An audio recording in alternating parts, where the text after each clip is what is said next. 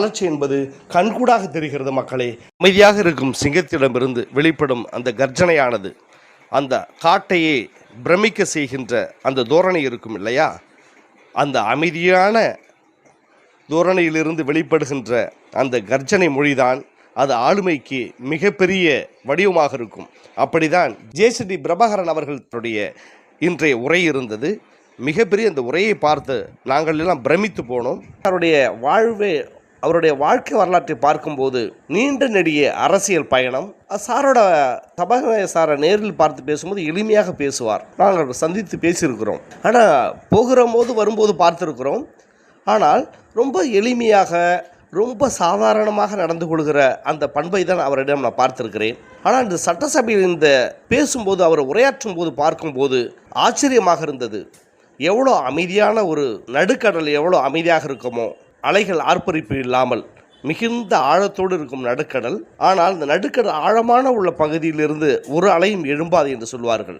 ஆனால் எழுந்தால் அது புயலாக எழும் என்று சொல்வார்கள். அப்படிதான் இன்று சபாநாயகராக தேர்ந்தெடுக்கப்பட்ட ஜேசிடி பிரபாகரன் சாருடைய அந்த உரை, சபாநாயகர் உரை என்பது அவ்வளோ முக்கியத்துவம் வாய்ந்ததாக இருந்தது. பல்வேறு அரசியல் குறிப்புகளை காட்டினார். ஆங்கிலேயர் காலத்திலிருந்து அந்த இருக்கை எவ்வளோ சிறப்பு மிக்க இருக்கை, அறிஞர் அண்ணா சொன்ன வார்த்தை, அம்பேத்கர் சொன்ன வார்த்தை, நேரு சொன்ன வார்த்தை, இன்னும் பல்வேறு அரசியல் தலைவர்கள் சொன்ன மேற்கோள்களை சுட்டிக்காட்டி அந்த அவையின் சிறப்பம்சத்தை சொல்லி, தன்னுடைய அனுபவத்தை சொல்லி, தன் தாயாரும் தந்தையாரும் அவருக்கு நேர்மையாகவும் நல் நடத்தையோடும், யாரும் நம் வீட்டில் எந்த கேள்வியும் குறை சொல்லி கேட்கக்கூடாது, உன்னை தவறாக யாருமே நினைக்கக்கூடாது என்றதை சொல்லி வளர்த்த அந்த பண்பு, எம்ஜிஆர் அவர்கள் அவரை பாராட்டியது, ஜெயலலிதா அம்மா அவர்களை பாராட்டியது, இதையெல்லாம் கேட்கும்போது எங்களுக்கு பிரமிப்பாக இருந்தது. அவர் நேரடியில் பார்க்கும்போது இவ்வளோ வரலாற்று சிறப்பு மிக்க அனுபவம், நீண்ட நெடிய கால பயணம் என்பது தெரியும்.